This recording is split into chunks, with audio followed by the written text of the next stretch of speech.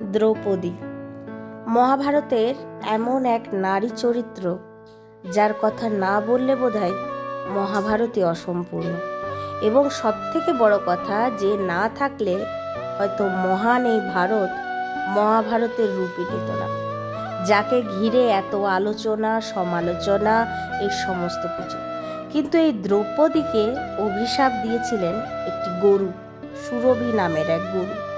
এবং যার কারণে কিন্তু দ্রৌপদীর এই পঞ্চস্বামীর যোগ, এছাড়া ছিল শিবের আশীর্বাদ।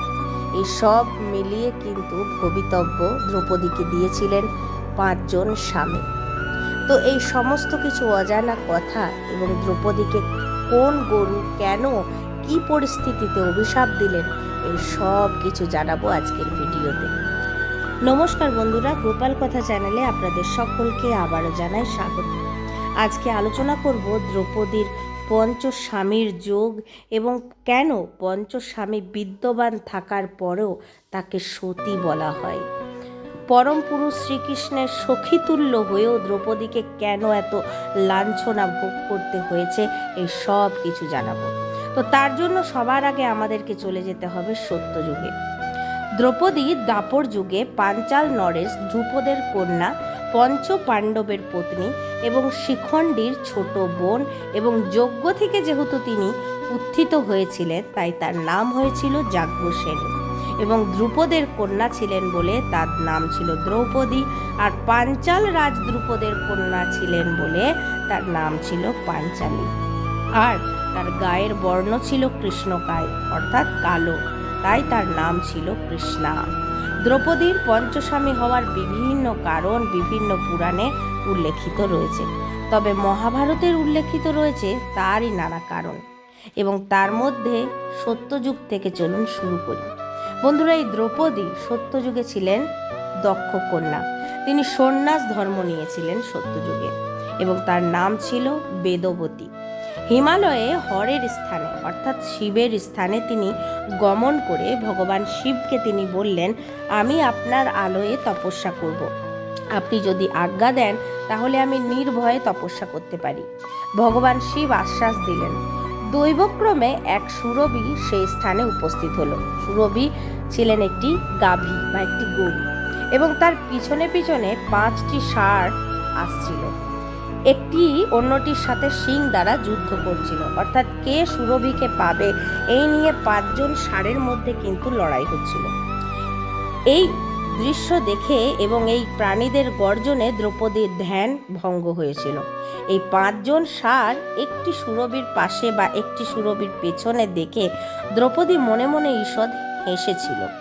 সুরভি অর্থাৎ সেই গাভীটি এই কথা মনে মনে বুঝতে পেরেছিলেন এবং তিনি এই কথা জেনে খুব দুঃখ পেয়েছিলেন, এবং সেই মুহূর্তে দ্রৌপদীকে সেই গাভীটি অভিশাপ দিয়েছিলেন।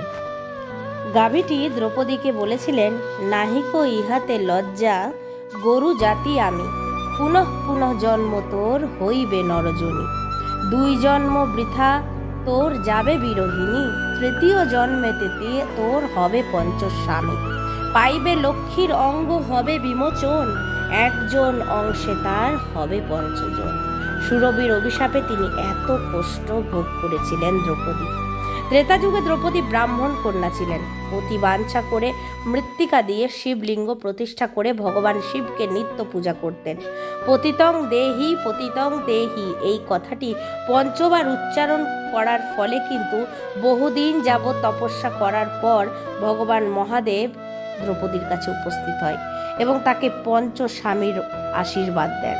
কিন্তু দ্রৌপদী বললেন, হে মহাদেব, আপনি তো পঞ্চস্বামী হবার বর দিলেন, একজন স্ত্রীর কিভাবে পঞ্চস্বামী হতে পারে? লোকে কি বলবে?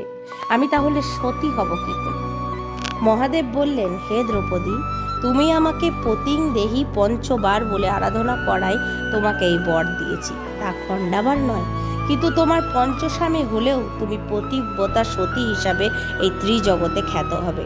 এই জন্য কিন্তু সতীদের নাম এলে দ্রৌপদীর নামও আসে। এবং ত্রেতা যুগে এইভাবে দ্রৌপদী কিন্তু প্রাণত্যাগ করেছিলেন। এবং 2য় জন্ম আবার ত্রেতা যুগে কাশীরাজের ঘরে জন্মগ্রহণ করেছিলেন, কিন্তু তার বিবাহ হচ্ছিল না। তার কঠোর তপস্যায় সন্তুষ্ট হয়ে ইন্দ্রদেব, পবনদেব, যম অশ্বিনী কুমার যুগলদ্বয় দ্রৌপদীর কাছে গমন করে দ্রৌপদীর তপস্যার কারণ জিজ্ঞেস করলে তিনি নিজ বাসনা ব্যক্ত করলেন। দেবগণ বললেন, আমাদের 5 জনের মধ্যে তুমি যাকে ইচ্ছা বরণ করতে পারো। 5 জনের সমান রূপ দেখে কাকে বরণ করবে এই চিন্তা করতে লাগলেন দ্রৌপদী। দেবগণ তার মনের কথা জেনে তাকে বর প্রদান করলেন। এই পঞ্চদেবগণ দ্রৌপদীকে বললেন যে পরজন্মে আমাদের 5 অংশকে তোমার প্রতিরূপে প্রাপ্তি হবে।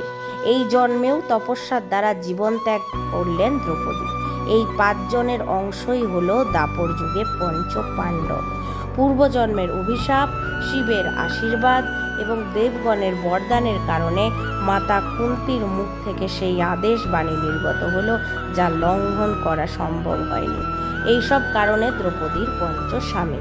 এই কাহিনী থেকে একটি জিনিস তো শিক্ষণীয়, যে মন থেকে কষ্ট পেয়ে যদি কেউ আমাদেরকে অভিশাপ দেয়, তাহলে সেই অভিশাপ খণ্ডাবার ক্ষমতা স্বয়ং মহাদেবেরও নেই। এবং তাই ঘটেছিল দ্রৌপদীর সাথে। এক গাভীর দেওয়া অন্তর থেকে অভিশাপ দ্রৌপদীকে কিন্তু ভোগ করতে হয়েছিল। 5 স্বামী হওয়ার পরেও কিন্তু এত কষ্ট ভোগ করতে হয়েছিল দ্রৌপদীকে। এবং যতই দ্রৌপদী সতী হয়ে থাক না কেন, আমরা তার 5 জন স্বামী একথা কখনোই ভুলে যেতে পারবো না। তো যাই হোক বন্ধুরা, আজকের ভিডিওটা কেমন লাগলো অবশ্যই জানাবেন এবং অবশ্যই একটা লাইক করবেন, কমেন্ট করবেন আর শেয়ার করে সকলকে জানিয়ে দেবেন। আর গোপাল কথা চ্যানেলের পাশে থাকার জন্য চ্যানেলটাকে সাবস্ক্রাইব করে বেল আইকনটাকে প্রেস করে রাখবেন। আপনাদের সকলকে জানাই অসংখ্য ধন্যবাদ এতক্ষণ সাথে থাকার জন্য। আজ এখানে বিদায় নিলাম। রাধে রাধে।